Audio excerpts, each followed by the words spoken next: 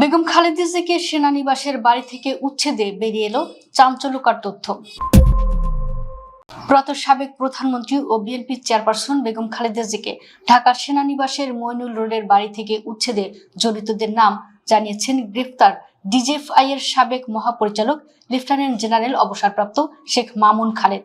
বিতর্কিত সাবেক সেনা কর্মকর্তা শেখ মামুন খালেদকে জিজ্ঞাসাবাদে এসব চাঞ্চল্যকর তথ্য পেয়েছে গোয়েন্দা কর্মকর্তারা।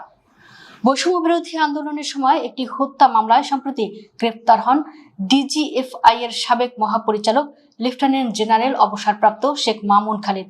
তিনি বর্তমানে ঢাকা মহানগর গোয়েন্দা পুলিশের কাছে রিমান্ডে রয়েছেন। প্রয়াত সাবেক প্রধানমন্ত্রী ও বিএনপি চেয়ারপারসন বেগম খালেদা জিয়াকে 2010 সালের 13 নভেম্বর ঢাকা সেনানিবাসের মইনুল রোডের বাড়ি থেকে উচ্ছেদ করা হয়। ওই ঘটনার আগের দিন সন্ধ্যায় একটি বিশেষ বাহিনীর সদর দপ্তরে উচ্ছেদের চূড়ান্ত পরিকল্পনা হয়। পরিকল্পনার ওই বৈঠকে উপস্থিত ছিলেন তৎকালীন প্রভাবশালী কয়েকজন সেনা কর্মকর্তা। বৈঠকেই নির্ধারণ করা হয় বাড়ি থেকে বেগম খালেদা জিয়াকে উচ্ছেদে কে কোন ভূমিকা পালন করবে। বৈঠকের সিদ্ধান্ত বাস্তবায়নে মুখ্য ভূমিকা রাখেন তৎকালীন প্রতিরক্ষা গোয়েন্দা মহাপরিদপ্তরের ডিজিএফআই এর একটি অংশ। তবে মাঠ পর্যায়ে মূল দায়িত্ব দেওয়া হয় পুলিশ ও র্যাবকে। পুরো উচ্ছেদ প্রক্রিয়ায় ভিডিও ধারণের দায়িত্ব দেওয়া হয় এক সেনা কর্মকর্তাকে। উচ্ছেদ প্রক্রিয়া সরাসরি মনিটরিং করেন তৎকালীন প্রধানমন্ত্রী শেখ হাসিনা। বেগম খালেদা জিয়াকে বাড়ি থেকে উচ্ছেদের ঘটনা বাংলাদেশের রাজনৈতিক ইতিহাসে একটি আলোচিত ও কলঙ্কিত অধ্যায়।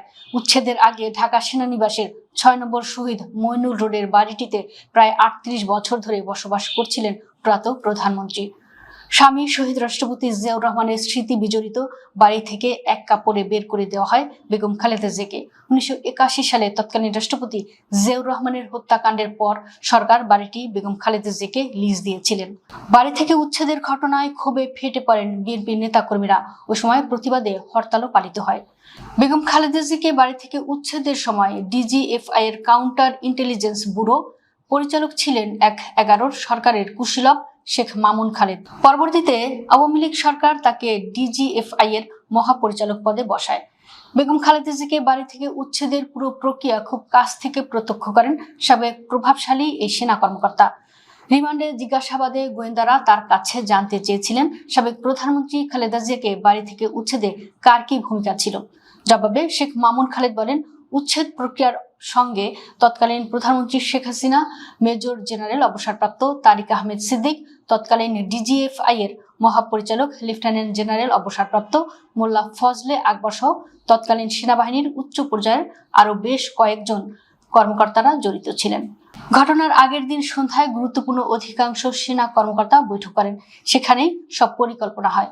ওই বৈঠকে ব্রিফ করেন সেনাবাহিনীর তৎকালীন chief of general staff CGS. 2024 সালের 24 ডিসেম্বর স্ত্রীসহ ওই কর্মকর্তা দেশ ত্যাগ করতে চাইলে বিমানবন্দর থেকে ইমিগ্রেশন পুলিশ তাদের ফিরিয়ে দেয়। উচ্ছেদ পরিকল্পনার বাস্তবায়নে মূল ভূমিকা রাখে তৎকালীন ডিজিএফআই এর একটি অংশ।